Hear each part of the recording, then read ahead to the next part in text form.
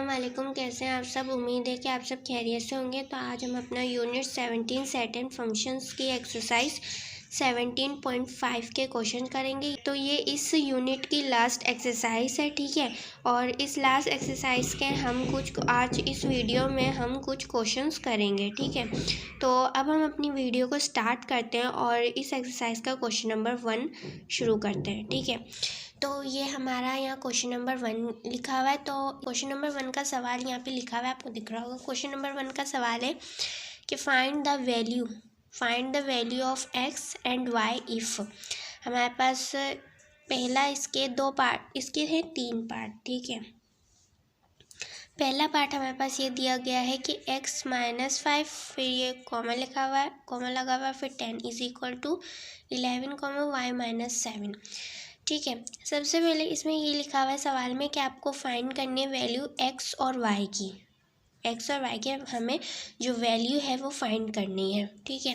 और सबसे पहले मैं आपको ये बता देती हूँ, ये जो सवाल है ये लिखा हुआ है ऑर्डर पेयर में, ठीक है। जैसे ये आप देख सकते हैं, ये कॉमा लगा हुआ है, इसको हम ऑर्डर पेयर कहते हैं। तो ये सवाल ऑर्डर पेयर में लिखा हुआ है, ठीक है। अब इसमें एक मेथड इस्तेमाल होगा जिसे इक्वलिटी मेथड कहते हैं, ठीक है, ठीक है। तो यहाँ पे एक मेथड इस्तेमाल होगा जिसे इक्वलिटी मेथड कहते हैं। और इसका फॉर्मूला क्या होता है?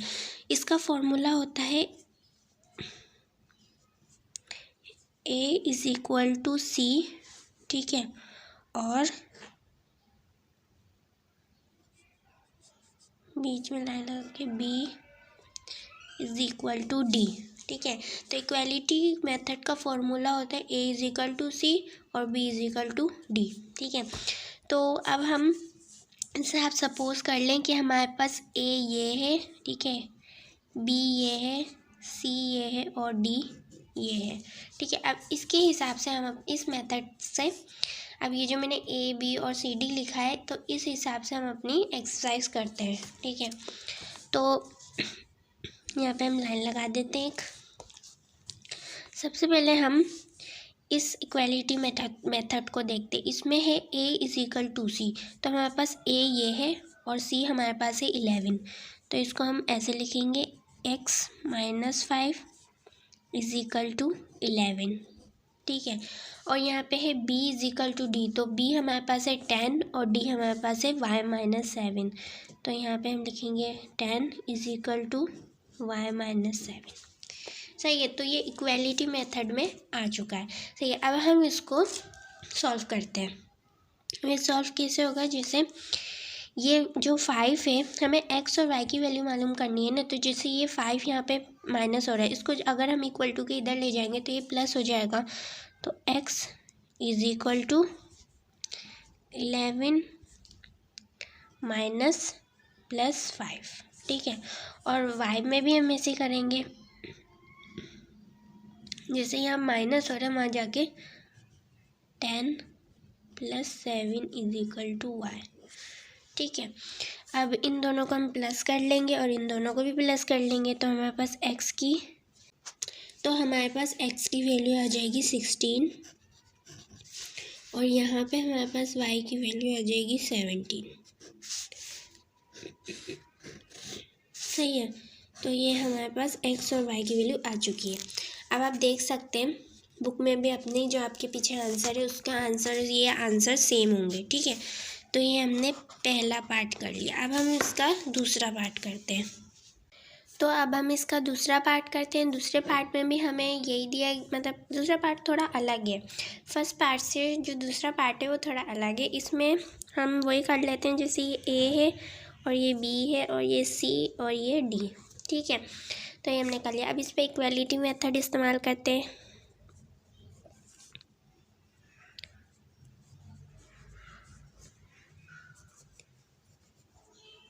इक्वलिटी मेथड, ठीक है। तो इक्वलिटी मेथड आपको पता है क्या होता है? A is equal to C और B is equal to D, ठीक है। तो यहाँ पे हम लाइन लगा लेते हैं। तो हमारे पास A क्या है? A हमारे पास ये है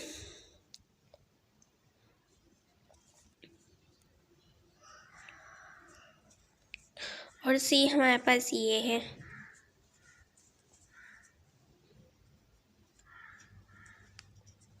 सही है।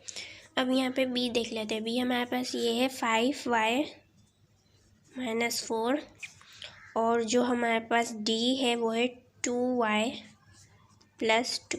ठीक है, तो हमने अपने जो वैल्यू है वो पुट कर दिया। अब इसके बाद आप देख सकते हैं जैसे ये 5x है और ये 3x है। ठीक है, ये यहाँ पे प्लस का है, जब ये इक्वल टू के इधर जाएगा तो माइनस का हो जाएगा, और जब 8 इक्वल टू के इधर जाएगा तो ये माइनस का हो जाएगा। ठीक है, 5x - 3x = 10 - 8। ठीक है, इसमें भी यहाँ पे भी हम ऐसे ही करेंगे। 5y - 2y, ठीक है, = 2 + 4, क्योंकि वो वहाँ पर माइनस का था। ठीक है, जो मतलब एक जैसी वैल्यू थी, जैसे ये जो वैल्यू थी ये वेरिएबल के साथ थी, तो हमने इसको इस जैसी वैल्यू के साथ लिख दिया, और ये मतलब सिंपल थी तो इसको इसके साथ लिख दिया, सिंपल के साथ। सही है, तो अब इन दोनों को हम माइनस कर लेते हैं। माइनस करेंगे तो हमारे पास यहाँ पर आ जाएगा 2x = और यहाँ पे आ जाएगा 2। ठीक है, अब इसको माइनस कर लेते हैं। इसको माइनस करेंगे तो हमारे पास आ जाएगा 3y = और यहाँ पे 6। ठीक है, तो अब जब इसके बाद हम 2 यहाँ पे x के साथ मल्टीप्लाई हो रहा है, जब ये इक्वल टू के उधर जाएगा तो डिवाइड हो जाएगा। ठीक है, तो x = 2/2। ठीक है, यहाँ पे भी ये होगा कि जो 3 है यहाँ पे मल्टीप्लाई हो रहा है, वहाँ जाके डिवाइड हो जाएगा। अब इसको हम कट कर देते हैं, जैसे 2 × 1 = 2, 2 × 1 = 2, और यहाँ पे 3 × 1 = 3, 3 × 2 = 6। तो हमारे पास x की वैल्यू आ गई यहाँ पे 1। ठीक है, और यहाँ पे हमारे पास y की वैल्यू आ गई है 2। तो ये हमारा सेकंड पार्ट भी हो गया। ठीक है, तो ये ऐसा होना था। अब हम इसका थर्ड पार्ट करते हैं। अब हम इसका थर्ड पार्ट करते हैं। थर्ड पार्ट भी हमें ये दिया गया है, यहाँ पे मैंने सवाल लिख दिया। ठीक है, और आप देख सकते हैं जो ये है, या जो ये वाले मतलब हमारे पास वैल्यू है, ये a है, ये b है, ये c और ये d। ठीक है, तो इसके हिसाब से हम अपनी इक्वालिटी मेथड में इसके हिसाब से हम अपनी वैल्यू पुट कर देंगे। तो यहाँ पे हम लिखते हैं इक्वालिटी मेथड। तो आपको पता है वो क्या होती है, इसका फॉर्मूला क्या होता है? इसका फॉर्मूला होता है a = c, b = d। ठीक है, तो अब हम इसके हिसाब से करते हैं। जैसे हमारे पास a था 2x - 3y और c था हमारे पास 3। ठीक है, और यहाँ पे हमारे पास b था 5x + y और d था 16। ठीक है, तो अब इसके हिसाब से कर लेते हैं। ठीक है, तो अब जैसे यहाँ पे जो -3y यहाँ पे ये हो रहा है माइनस। ठीक है, अगर ये इक्वल टू के उधर जाएगा तो हो जाएगा प्लस। ठीक है, 2x = 3 + 3y। सही है, और अब जैसे जो 2 है ये x के साथ यहाँ मल्टीप्लाई हो रहा है, वहाँ जाके डिवाइड हो जाएगा, तो x = 3 + 3y अपॉन में आ गया हमारे पास 2। ठीक है, तो ये x की वैल्यू हमारे पास निकल चुकी है। पूरी तरह नहीं निकली, लेकिन आधी निकल चुकी है, और इस x की वैल्यू को हम यहाँ पर पुट करेंगे। तो अब x की वैल्यू को यहाँ पे हम पुट करेंगे। ठीक है, तो इसको हम नाम दे देते हैं इक्वेशन 1 का, और इसको नाम दे देते हैं हम इक्वेशन 2 का। ठीक है, सही है। अब यहाँ पे हम लिखते हैं कि इक्वेशन 1 को हम इक्वेशन 2 में पुट करेंगे। कैसे? हम यहाँ लिख देते हैं कि इक्वेशन 1 इन इक्वेशन 2, हम ऐसे लिख देते हैं। ठीक है, इक्वेशन 2।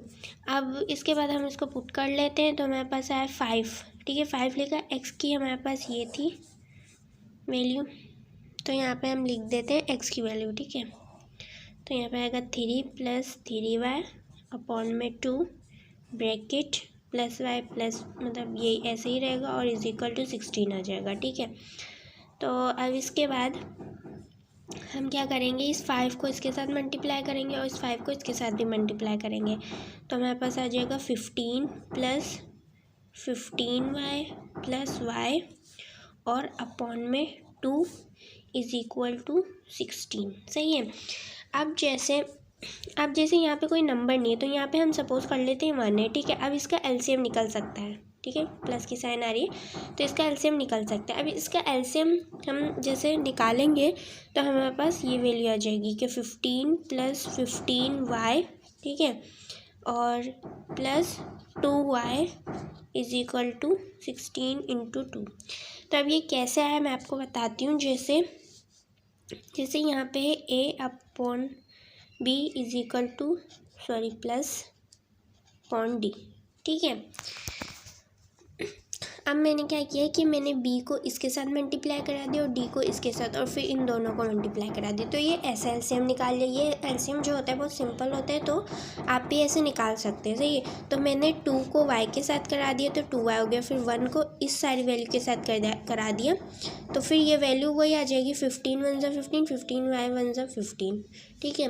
और फिर ये जो 2 था यहाँ डिवाइड हो रहा था, इसको मैंने यहाँ पे मतलब इसको जो है इस 2 को मैं इधर लिया है, इक्वल टू के उधर लिया है, तो ये 16 के साथ मल्टीप्लाई हो गया। जैसे मैं आपको फिर समझा दी, जैसे 2 को मैंने y के साथ किया तो 2y आ गया, और फिर 1 को मैंने इसके साथ किया तो ये वैल्यू आ गई, ठीक है। फिर 2 को मैंने 1 के साथ कर लिया, 2 1 = 2, ठीक है। अब जो 2 बचा है ये यहाँ पर डिवाइड हो रहा था तो इसको हम इक्वल टू के उधर ले गए तो ये मल्टीप्लाई हो गया। सही है। तो ये ऐसे हुआ। अब इसके बाद हम और सॉल्व कर लेते हैं। 15 प्लस, अब इन दोनों को किया मेरे पास 17y आ गया इज इक्वल टू, और यहाँ पे 32, ठीक है। तो अब इसके बाद जैसे ये जो है 15 यहाँ पे प्लस हो रहा है, वहाँ जाके माइनस हो जाएगा। 17y is equal to 32 minus 15। अब ये दोनों यहाँ पे मल्टीप्लाई हो रहे हैं, वहाँ जाके डिवाइड हो जाएंगे।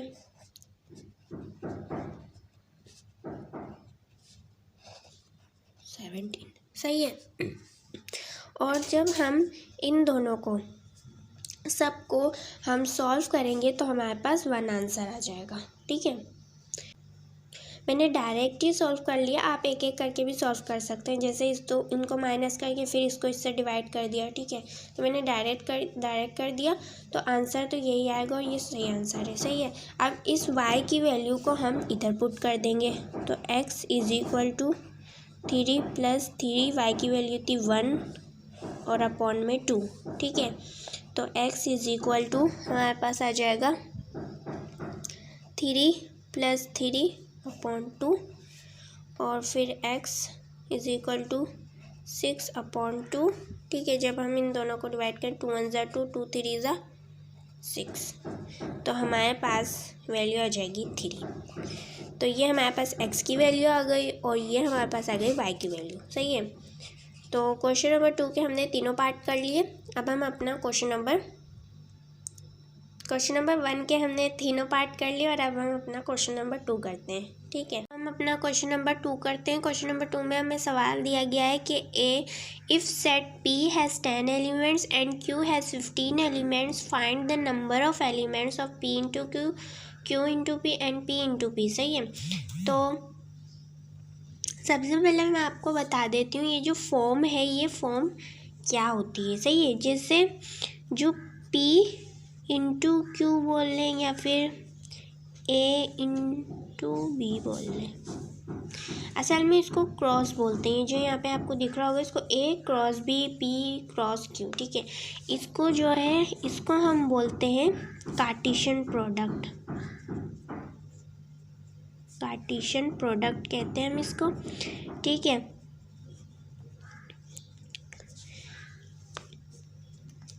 और ये कार्टेशियन प्रोडक्ट क्या होते हैं? कार्टेशियन प्रोडक्ट ये होते हैं कि हम एक सेट को दूसरे सेट से मल्टीप्लाई करा दें और ऑर्डर पेयर की फॉर्म में लिख देना, ठीक है। एक सेट को दूसरे सेट से मल्टीप्लाई करा देना और ऑर्डर पेयर की फॉर्म में लिख देना, इसे हम कार्टेशियन प्रोडक्ट कहते हैं, ठीक है। इसको A × B, P × Q ऐसे पढ़ते हैं। सही है। तो अब जैसे इन्होंने बोला है कि जो P है उसके 10 एलिमेंट और 15 के हैं, और Q के हैं 15 एलिमेंट। तो आपको नंबर फाइंड करने, नंबर ऑफ़ एलिमेंट फाइंड करने P × Q के, Q × P के और P × P के। तो जब आपको ऐसा सवाल दिया जाए तो आप सीधे करिएगा, जैसे हमारे पास यहाँ पे लिख देती हूँ। जैसे हमारे पास P हमारे पास है 10 और Q हमारे पास है 15, ठीक है। तो इन्होंने बोला है कि P क्रॉस Q, तो अगर ऐसे सवाल दिया जाए तो आप उसके एलिमेंट, जैसे हमारे पास है 10, P 10 है और Q 15 है, तो आप इन दोनों के जो एलिमेंट है उनको मल्टीप्लाई करा दें तो आपके पास आंसर आ जाएगा, ठीक है। जब आपको ऐसा कोई सवाल दिया जाए तो अब अगर हम इनको मल्टीप्लाई कराएं तो हमारे पास आएगा 150, सही है। तो ये हो गया हमारा पहला। अब जो हमें दूसरा दिया गया है वो है Q क्रॉस P, तो Q क्रॉस P अगर हम करेंगे तो 15 × 10 करेंगे, ठीक है। जो हमें पहले दिया गया हो उसी का मतलब पहला एलिमेंट लिखेंगे, सही है। जैसे यहाँ पे Q पहला तो यहाँ 15 लिखा, यहाँ P पहला था तो यहाँ पे हमने 10 लिखा, तो यहाँ पे भी वही आंसर आ जाएगा, ठीक है। अब तीसरे में हमें दिया है कि P × P का एलिमेंट क्या है 10, तो हमारे पास आ जाएगा 100, ठीक है। तो ये इतना सिंपल सा क्वेश्चन नंबर 2 था हमारे पास, तो ये हमने कर लिया। अब हम क्वेश्चन नंबर 3 करते हैं। तो अब हम अपना क्वेश्चन नंबर 3 करते हैं। क्वेश्चन नंबर 3 में हमें क्या दिया गया है, इसमें हमें दिया गया है कि इफ़ ए हमारे पास ये है, सेट बी ये है और सी ये है, तो डेट फाइंड हमें ए क्रॉस बी मालूम करना है। तो जैसे इसको मल्टीप्लाई करने का एक थोड़ा अलग भी तरीका होता है, सही है। ऐसे नहीं कि जैसे ये इसको इसके साथ मल्टीप्लाई करा दो और इसको इसके साथ नहीं, इसका मतलब मल्टीप्लाई करने का कोई और तरीका होता है, जैसे ऐसा कोई सेट दिया गया हो तो, ठीक है। तो अब मैं आपको बताती हूँ कैसे करेंगे। तो हम अपना पहला पार्ट करते हैं क्वेश्चन नंबर 3 का।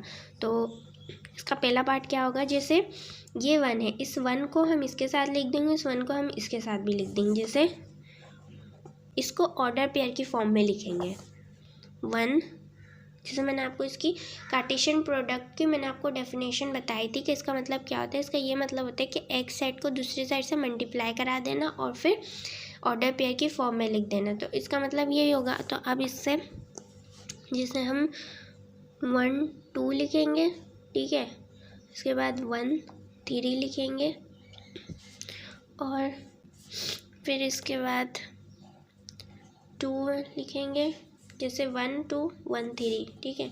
अब 2 2 2 3 2 3, सही है। तो ये हमने A क्रॉस B कर लिया। अब हमारे पास अगला सवाल है B क्रॉस C, तो अब हम B क्रॉस C करते हैं। अब हम पार्ट 2 करते हैं क्वेश्चन नंबर 3 का, ठीक है। तो इसमें हमें दिया गया है कि B क्रॉस C करें, तब हम B क्रॉस C करते हैं तो हमारे पास आंसर आएगा B 2 1, ठीक है। अब लिखेंगे फिर 2 3 और 2 5, 2 3 और 2 5, ठीक है। अब 3 1 3 3 और 3 5,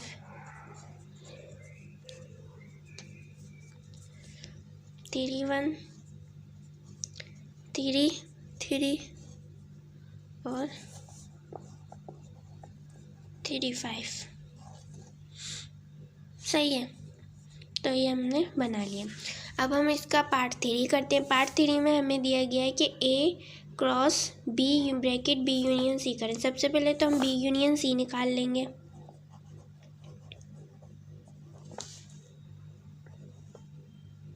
सॉल्यूशन। सबसे पहले B यूनियन C निकालेंगे। B यूनियन C हमारे पास आएगा 1 2 3 और 5, ठीक है। अब हम A cross bracket B union C निकाल लेते हैं। तो हमारे पास आएगा 1 1,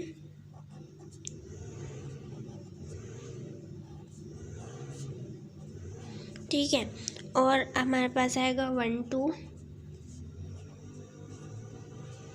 1 3 1 5 और फिर 2 1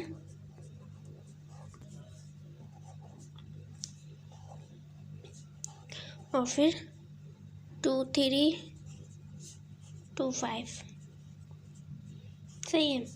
तो ये हमने निकाल लिया A cross B bracket B union C। अब हम 4 पार्ट करते हैं। 4 पार्ट में हमें दिया गया है कि B cross bracket A union C. सबसे पहले ए यूनियन सी निकाल लेंगे। Solution A union C. तो ए यूनियन सी हमारे पास आएगा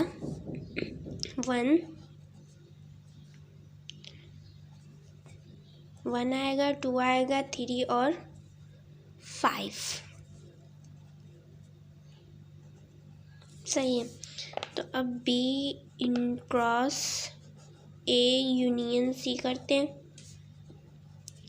तो हमारे पास आंसर आएगा 2 2 1 2 2 2 3 2 5 और 3 1 3 2 और 3 3 3 5। सही है। तो ये हमने बना लिया, इसके मतलब ऑर्डर पेयर में हमने इसको लिख दिया। सही है। तो अब हम इसका पार्ट 5 करते हैं, जो लास्ट है। तो अब हम पार्ट 5 करते हैं। ठीक है। तो पार्ट 5 में हमें दिया है कि A intersection B cross B intersection C. सबसे पहले हम ए इंटरसेक्शन बी करेंगे।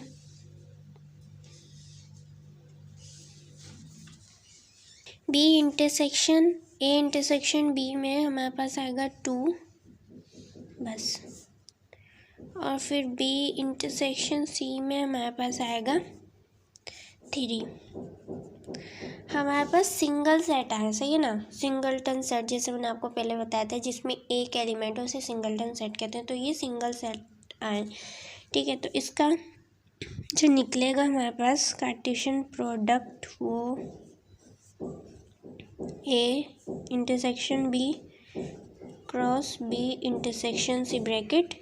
तो हमारे पास अगर सिंगल सिंगल है तो हम फिर इन दोनों को ही सिर्फ लिख देंगे 2 और 3। सही है। तो ये हमारे हो गए 3 क्वेश्चंस। ठीक है। 17.5 के 3 क्वेश्चंस। सही है। तो ये थी आज की हमारी वीडियो। इसमें मैंने आपको क्वेश्चन नंबर 1 2 3 करवाया, और अगली वीडियो में मैं आपको क्वेश्चन नंबर 4 करवाऊँगी। ठीक है। तो आई होप आपको ये सारे सवाल बहुत अच्छे तरीके से समझ आए होंगे। ठीक है। और अगर आपको ये समझ आया तो प्लीज़ लाइक कीजिए, सब्सक्राइब कीजिए, and don't forget to press the bell icon, ताकि आपको मेरी वीडियोस की अपडेट मिलती रहे। ठीक है। क्योंकि मैं अभी क्वेश्चन नंबर 4 भी बहुत जल्द डाल दूँगी इस एक्सरसाइज के, और सवाल भी। ठीक है। तो फिर अपनी दुआ में याद रखिए। अल्लाह हाफिज़।